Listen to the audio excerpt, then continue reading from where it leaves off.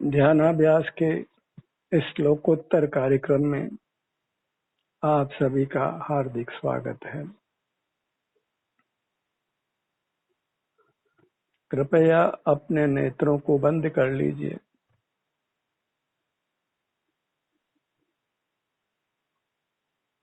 और अपना ध्यान अपने आप पर ले आइए।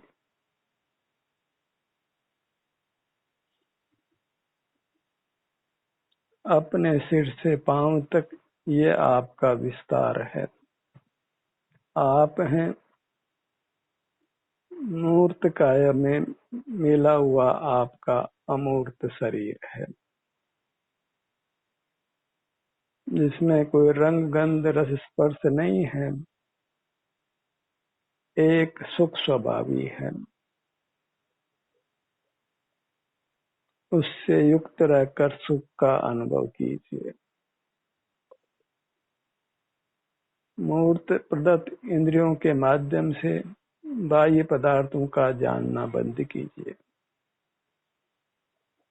वह हमारा स्वभाव नहीं है।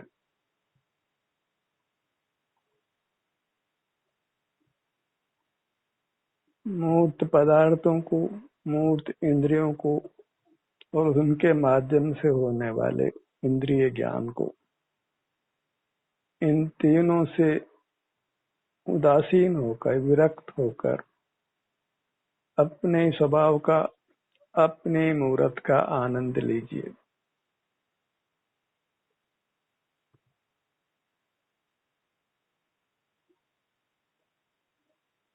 जो आनंद अतीन्द्रिय है और अनुपम है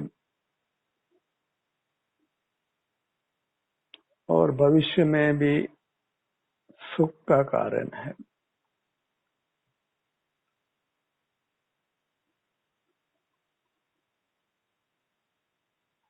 बस अपना एहसास कीजिए, अपने अस्तित्व को पहचान कर अपने सुखमयी अस्तित्व का सुख लीजिए।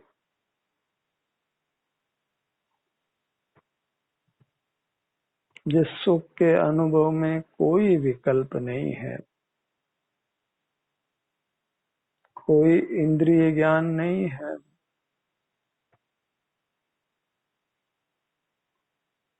कोई बुद्धि का खेल नहीं है,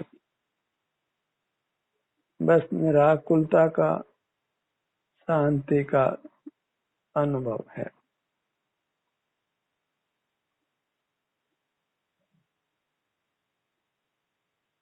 इस सुख की उपमा बाहर नहीं है। बहिर्मुख रहने पर वैश्विक सुख, इंद्रिय सुख मिलता है, वह भी कदाचित। अपने स्वभाव का आश्रय करने पर, अपनी मूर्त का आश्रय करने पर जो सुख प्राप्त होता है और उसका संस्कार बन जाने पर वह सुख फिर अविनाशी अनंत काल तक रहता है।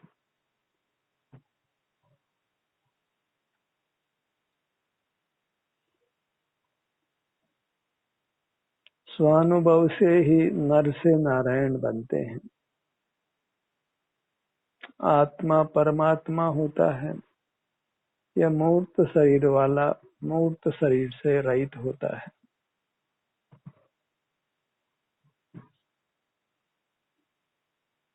पुनः फिर मूर्त शरीर को धारण नहीं करता, पुनर्जन्म नहीं लेता।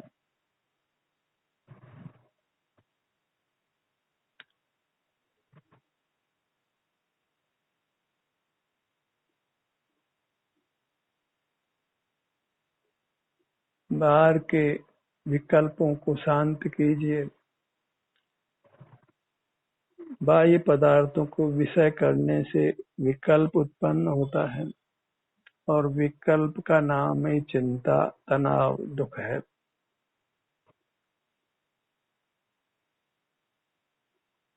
विकल्प का होना ही मानसिक अवसाद की स्थिति है।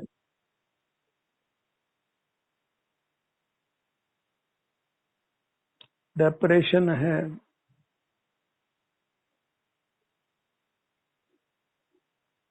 और वह स्थिति अच्छी नहीं है, सुखद नहीं है।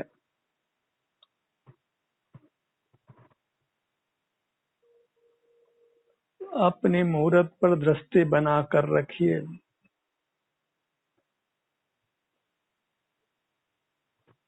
और उसको अपने जीवन का स्वरूप बनाइए। टाइम टेबल के रूप में नहीं,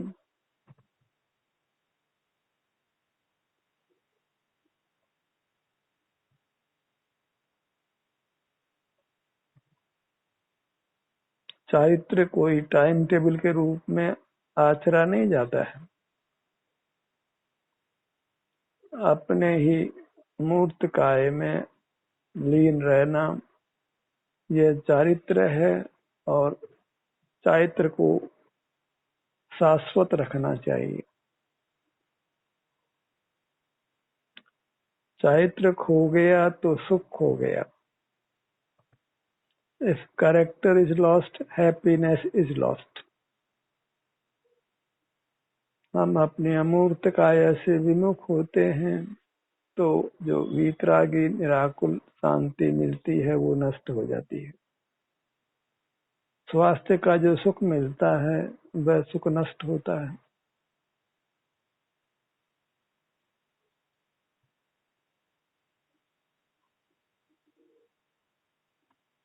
आप परमात्मा को देखना चाहते हैं तो बस नेत्र बंद कर सिर से पांव तक आ जाइए।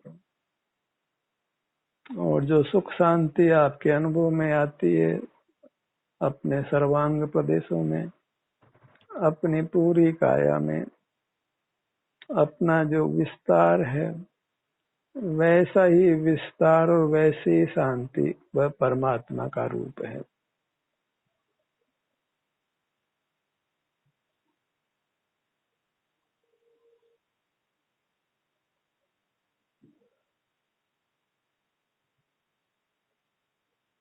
अपने अनुभव से ही परमात्मा के स्वरूप का निर्धारण होता है। कैसे होते हैं परमात्मा? कि अंतर में अपने सन्मुख देखने पर जो अपना विस्तार भाषित होता है, जो शांति अनुभव में आती है, बस वही परमात्मा का रूप है। लोक में परमात्मा के संबंध में नाना मिथ्या कल्पनाएं चलती हैं।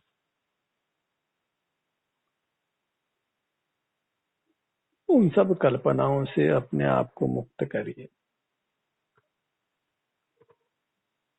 इतना विशेष है कि जब अपने सन्मुख होते हैं और जो हमको शांति मिलती है, सुख मिलता है, उसी जाति का अनंत गुणा सुख परमात्मा को होता है। कोई मर्यादा नहीं है, कोई सीमा नहीं है और वह वचन गोचर नहीं है, विकल्प गोचर नहीं है, उसके उपमा लोक में नहीं है। परमात्मा परमात्मा जैसे ही होते हैं, हम जैसे नहीं होते। बस उसका सैंपल हम पा सकते हैं अपने सन्मुख रहकर।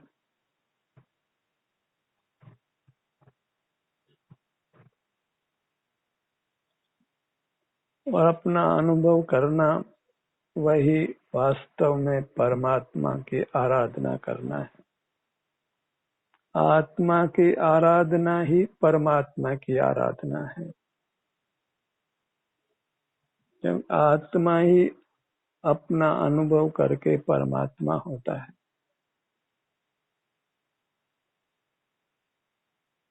स्वर्ण पाषाण ही तपकर स्वर्ण होता है। ऐसे ही संसारी जीव स्वानुभव में तपकर परमात्मा होता है। स्वानुभव में अपने शरीर में कदाचित कुछ वेदना अनुभव में आ सकती है, उसका अनुभव वही ताप कहलाता है। और उस विधि से हम मूर्त कर्मों के बंधन से मुक्त हो जाते हैं।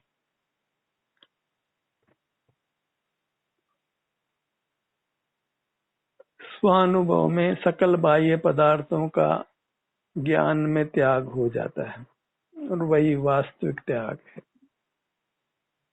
बाह्य पदार्थों को ज्ञान में नहीं लेना ही वास्तविक त्याग है, इंद्रिय संयम है। लोक में त्याग की नाना परिभाषाएं की जाती हैं, त्यागी की नाना परिभाषाएं की जाती हैं, पर जिसने अपने ज्ञान में बाह्य पदार्थों का त्याग किया, माने ज्ञान में नहीं लिया, वही त्याग है और वही जीव त्यागी है, संयमी है, मोक्ष मार्गी है। उसी मोक्ष पथ में अपने को स्थापित करिए और अपने मूर्त को ही ध्याइए, उसी के सुख दुख की स्थिति का अनुभव करिए। तो स्थापन इसको मोक्ष पथ में ध्या अनुभव, तो उसे संसार पथ में अपने को मत रखिए, बाह्य पदार्थों को ज्ञान में मत लीजिए, उनसे विरक्त रहिए, विरत रहिए।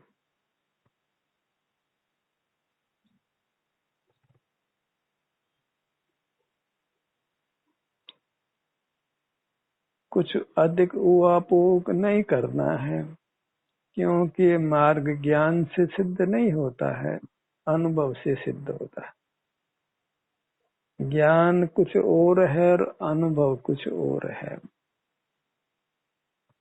अनुभव अपने सुख शांति का है और ज्ञान जगत का है, विकल्प रूप है।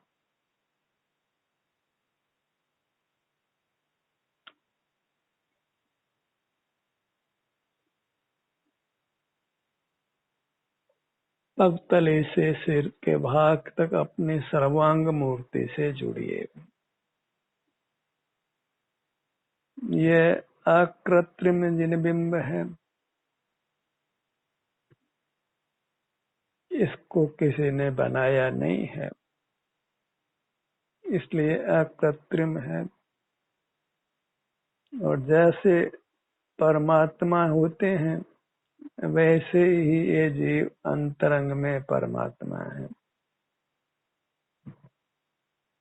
अपनी मूर्त ही अकृत्रिम जिनबिंब है।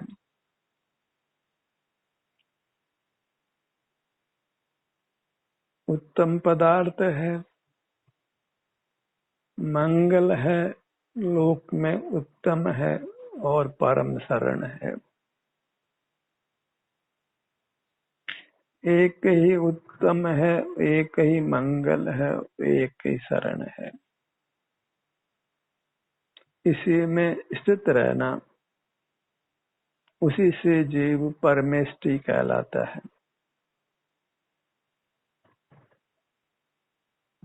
परम पद में जो स्थित है, परम पदार्थ में, उत्कृष्ट पदार्थ में माने स्वयं में, वही परमेष्टि है। और परमेष्टि तीन लोक के द्वारा पूज्य होता है।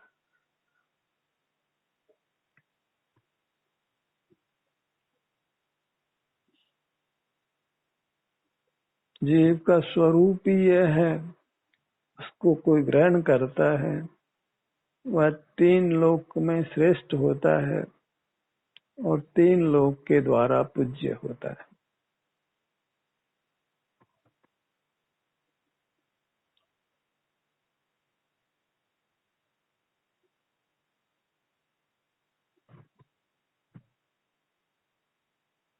जो भिन्न परमात्मा हैं, जन्म मरण से मुक्त हो गए हैं, उनको आंखों से देखना संभव नहीं है, क्योंकि आंखें मूर्त पदार्थों को, निकट स्थित पदार्थों को ही देखती है।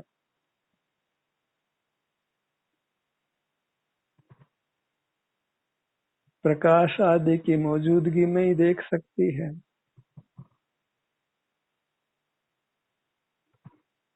अपने रूप को ही हम स्वाधीनता से अनुभव में ले सकते हैं। आत्मा परमात्मा अमूर्त पदार्थ वास्तव में देखने का विषय नहीं है। मूर्त पदार्थों को ही देखा जाना जाता है और जो अमूर्त अपने काया है उसके सुख का संवेदन किया जाता है। इतना मूर्त और अमूर्त में अंतर जानिए, अजीव और जीव में अंतर जानिए।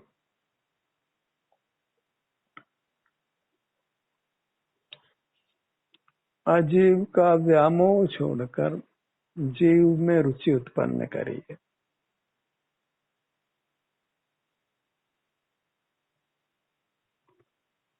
अचेतन का प्रेम छोड़िए, चेतन का प्रेम करिए।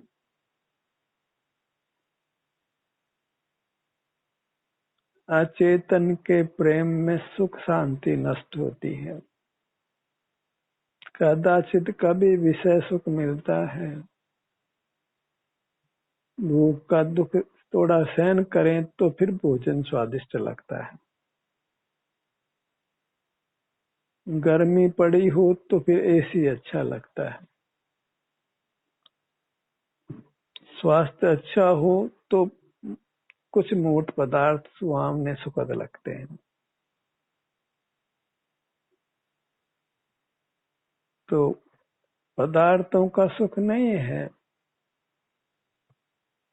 सुख अपना ही है।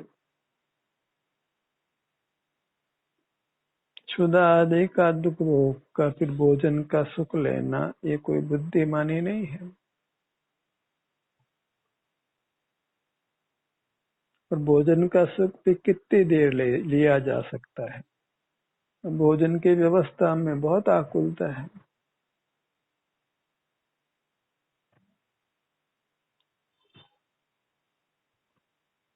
स्वानुभव का उत्तम सुख लीजिए।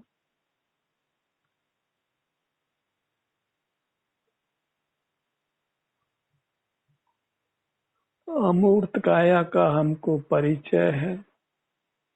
हर अंग उपांग का हमको संवेदन हुआ है। हर अंग उपांग अपनी जगह बंद नेत्रों से हमारे अनुभव में आता है। जो अनुभूत है उसी का अनुभव करना है।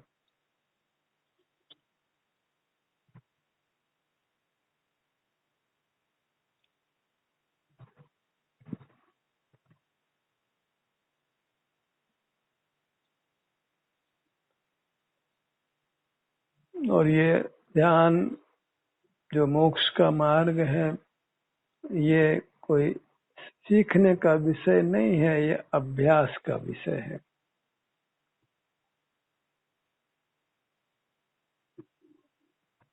ये अबाउट टर्न करना है। जो मुख बाहर था उस मुख को बंद करना है।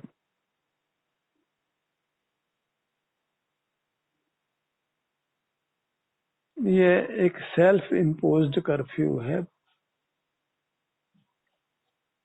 बाहर के कर्फ्यू में तो बहुत आकुलता होती है, बंधन लगता है, स्वाधीनता नष्ट होती लगती है। पर स्वेच्छा से ही जो हम अपना मुख जो बाहर है उसको बंद करते हैं, तो वहाँ जो आनंद अनुभव में आता है उसके लोक में कोई सीमा नहीं, कोई उपमा नहीं है।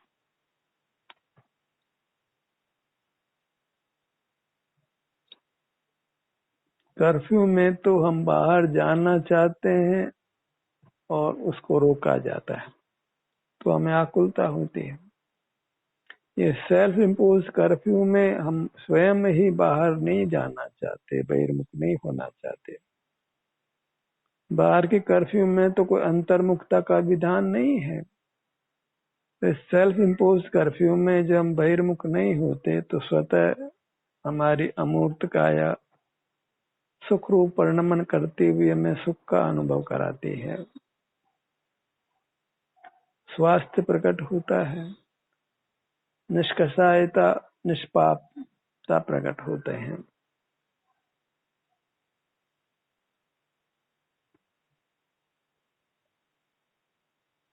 परमात्मा का रूप प्रकट होने लगता है। सने सने हम परमात्मा होने की ओर बढ़ते हैं।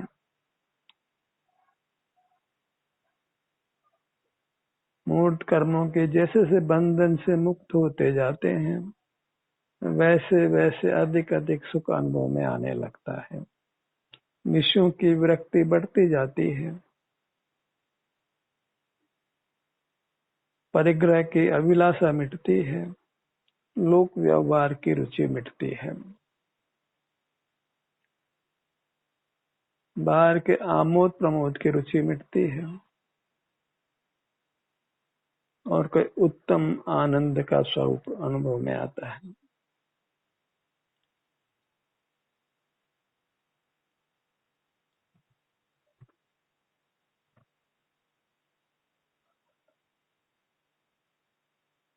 ध्यान सत्र के दौरान एकांत सुनना नहीं है,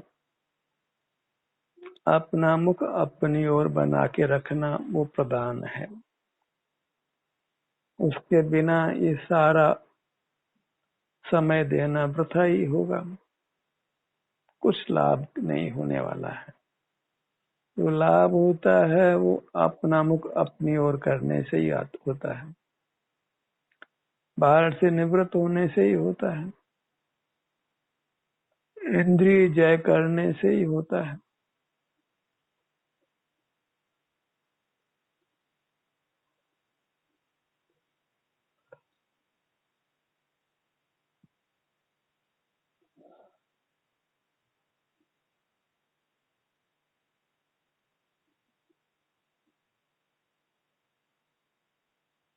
जब हम अंतर से जुड़ते हैं, बाहर से हटते हैं, तो निश्चित ही हमको सुखद अनुभूति होती है। उसके लिए किसी को पूछना नहीं पड़ता कि मुझे शांति हुई कि नहीं हुई।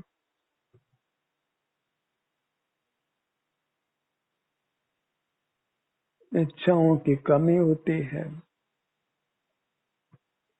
बाह्य पदार्थों की आवश्यकताएं कम होती है, रोगादिक से मुक्ति होने लगती है। रोगातिक नहीं हो तो मुक्त होते हैं, और रोगातिक नहीं हो तो आगे रोग नहीं होते हैं।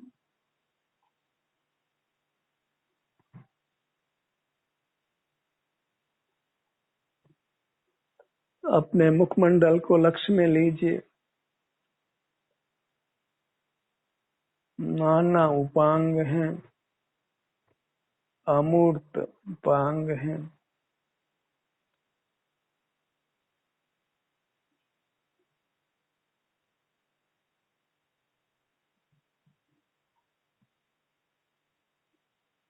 कोई कैमरा हमारी फोटो लेने में समर्थ नहीं है।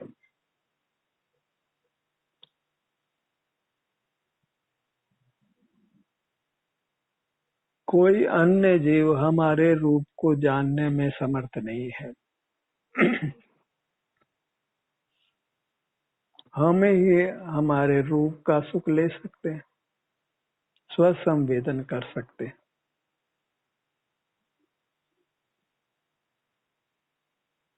ये जीव वास्तव में गुप्त है, बस मूर्त का संबंध होने से जगत को ग्राह्य हो जाता है।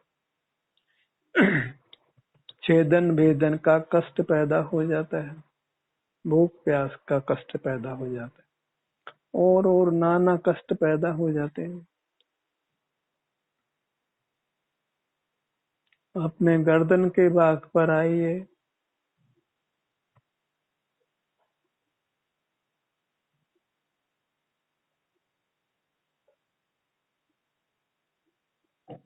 ध्यान सत्र में से जुड़ने से इस काम को थोड़ा नियमितता मिल जाती। कोई कहे कि हमको मार्ग समझ आ गया है, हमको ध्यान सत्र से जुड़ने की क्या आवश्यकता है, तो वह प्रयोग करके देखें, अन्यथा प्रमाद होने की संभावना बहुत होती है। हम बाह्य गेयों से जुड़े रहते हैं,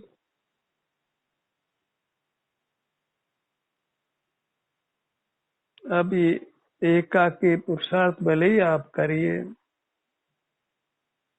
पर सामूहिक रूप से जो नियमित हम अभ्यास कर लेते हैं, उसको छोड़ना योग्य नहीं है।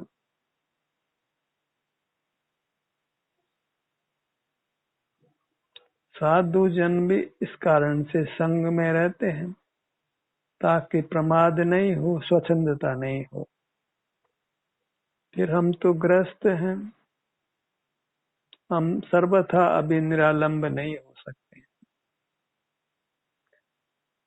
अपने धड़ भाग पर आइए,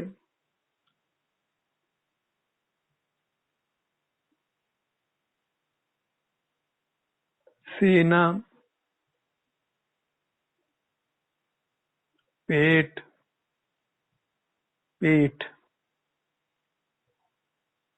इस धड़ भाग पर अधिक समय देने का प्रयत्न करिए। विशाल होने से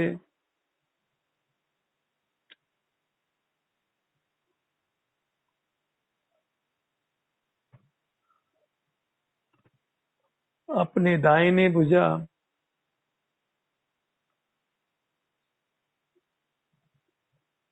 बाईं भुजा,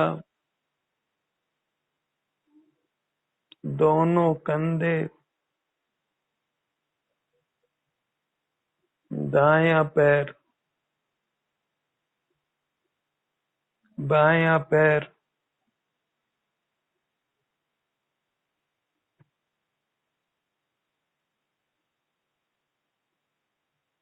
पगतली, सिर का भाग, सिर से पांव तक अपना विस्तार। ध्रुव है, स्थायी है, भले आकार बदलता हो। मूर्त के संबंध में मूर्त का बंदे भी मूर्त काया का और अपने अमूर्त काया का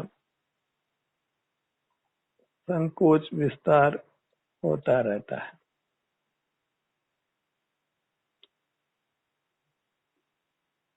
बालक से वृद्धावस्था तक आकार में कितना ही परिवर्तन हो जाता है।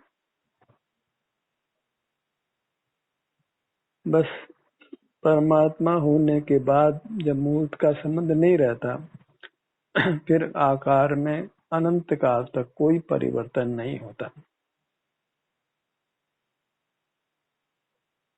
अंतिम शरीर के आकार ही ये जीव फिर अनंत काल तक बना रहता है। वही परमात्मा का रूप है। परमानंद अवस्था है, उत्कृष्ट आनंद की अवस्था है, अविनाशी आनंद की अवस्था है। उसको प्राप्त करने के लिए सतत अंतर्मुख रहने का प्रयत्न करिए। ध्यानाभ्यास का सत्र यहीं समाप्त होता है। आपकी सहभागिता के लिए धन्यवाद।